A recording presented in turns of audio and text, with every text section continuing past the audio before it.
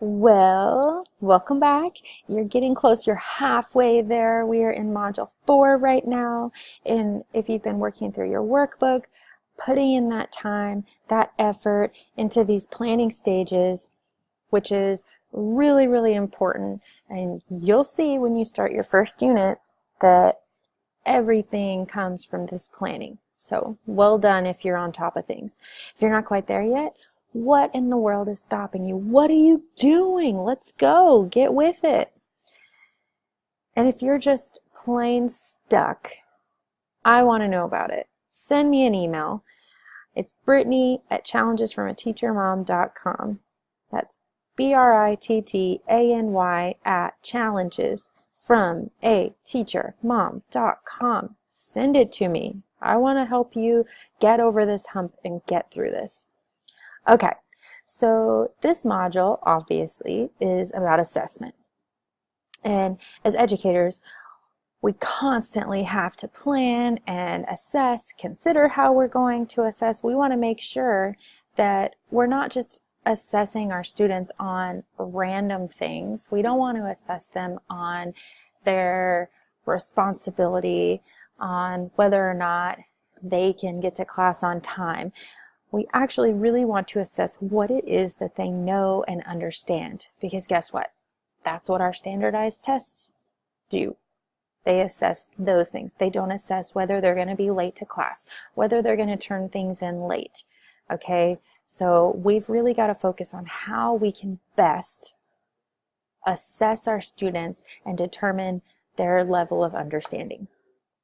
Okay, so do you usually plan your assessments before you start a unit, or are you the type of teacher that kind of just gets going into the unit and then halfway through, 3/4 of the way through, you're like, oh crap, I've really got to have a test soon because it's been a long time. What have we talked about? Okay, well, let me put that into the test. So whichever teacher you are, if you're either of those, we are going to that's a bad word. We are going to adjust the way you see things. So I'm going to try and turn you into a planner, whether you are one or not.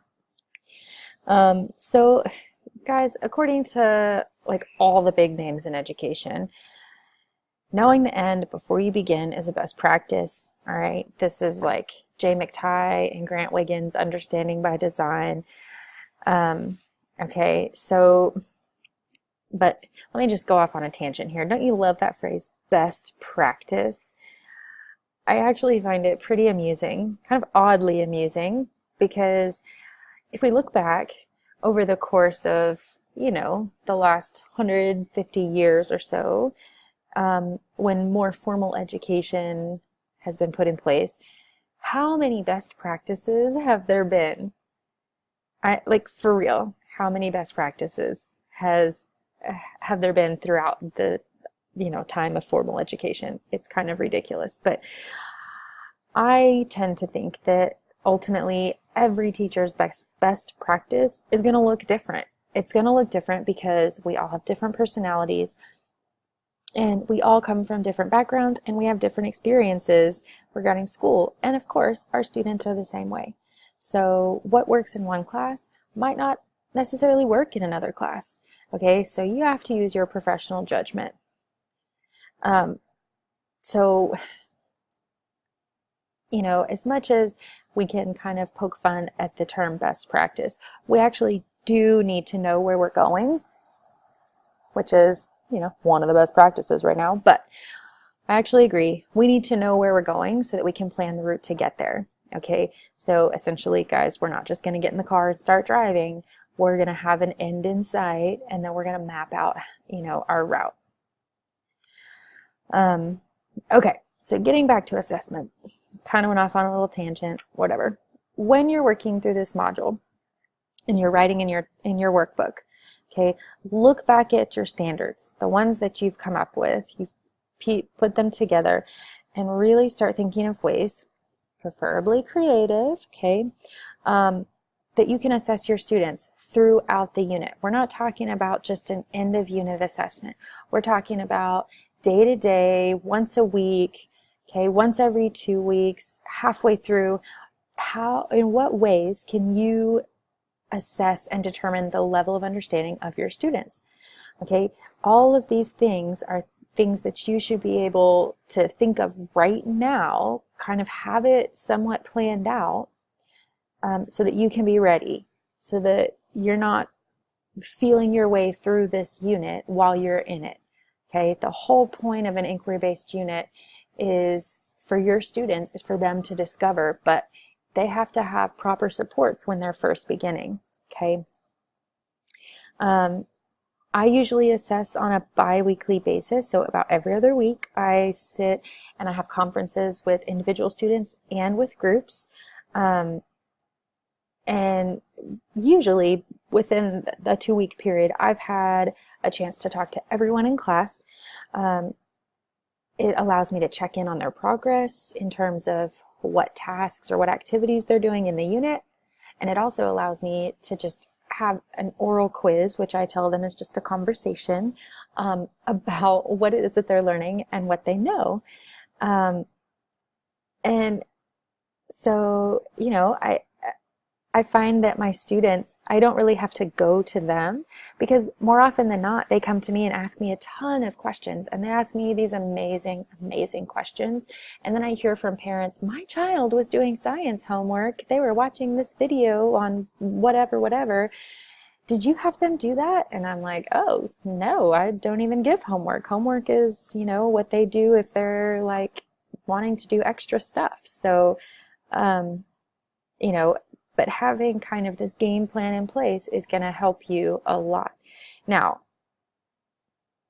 alongside your planning for how you're going to assess, you should also determine what mode of assessment you're going to use. So are you going to use a traditional like percentage-based, letter-based grading system? So each task or activity that you have the students do is, you know, out of 100 points or whatever. Or are you going to grade them based on the standards? Okay, so I usually grade based on the standards. So I look at my standards, and because they're Arrow, Next Generation Science Standards, Common Core Plus, you know, all three of those are wrapped in a nice little pretty package.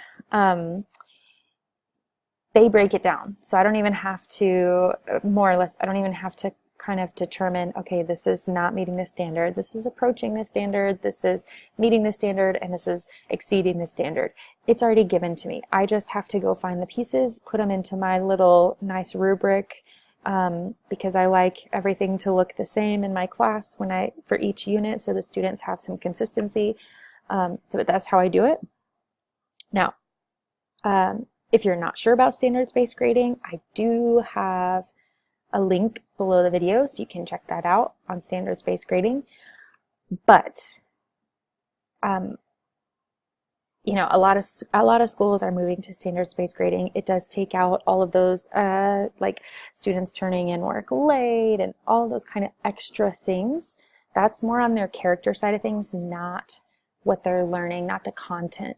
And being a teacher from Texas, I can look back and remember that how against not having those extraneous things in their grade. I can remember the first time I heard of standards-based grading, I was like, but we need that in their grade. How are we going to like discipline them and get them back on track? They're never going to turn work in on time if it's not part of their grade, and blah, blah, blah. And honestly, with doing this inquiry-based learning unit, I have one date, one deadline, that's it. And if they don't get it done, they don't get it done. And guess what? I don't have a grade for them for that standard, and that still affects their grade. So yeah, let me get back to it. Here we go. Okay. So here are my examples. Here's an example for the space unit that I've been talking about. Okay. During the unit, my students, they have to create models. That's part of what the standard tells me that the students have to be able to do. Okay, so about 3/4 of the way through, I'm going to go and I'm going to check the students' models, see how they're able to model these different standards. This is alongside me going and having conversations, aka pop quizzes, oral quizzes, with the students. Okay, now again, because of the verbiage in the standards, it was really easy for me. I didn't really have to make a lot of decisions. I could just pop in the standard because this is essentially what it says. But as they're creating their models, I can ask them, very specific questions. I can link them to prior knowledge.